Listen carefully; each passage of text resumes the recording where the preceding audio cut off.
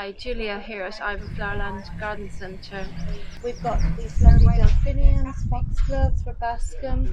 The reason I've picked these to show you is that actually sometimes, especially you're in gardening in a small garden, think about vertical space and using the vertical height, because sometimes if your borders are narrow and you can't go out, it's a good idea to pick plants that give you a tall vertical, and they look great against a lovely blue sky like this one we've got here today. This foxglove Dalmatian peach, absolutely gorgeous.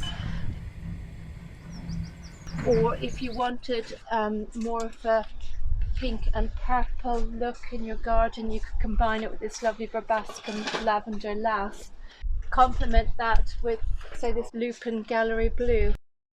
And then you can put in some other lower plants at the front of the border, but these ones here I think will give you that lovely, lovely height and interest in your garden.